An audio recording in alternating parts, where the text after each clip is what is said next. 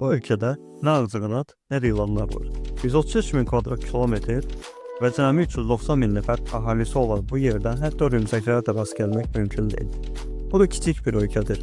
Lakin o elə mənzərəli və zəngindir ki, sanki bu fəaliyyətə aid deyil. Burada qütb parıltısı və gecəyarı günəşi mövcuddur. Burada nəfəsinizi kəsən mavi buz mağarası yerləşir.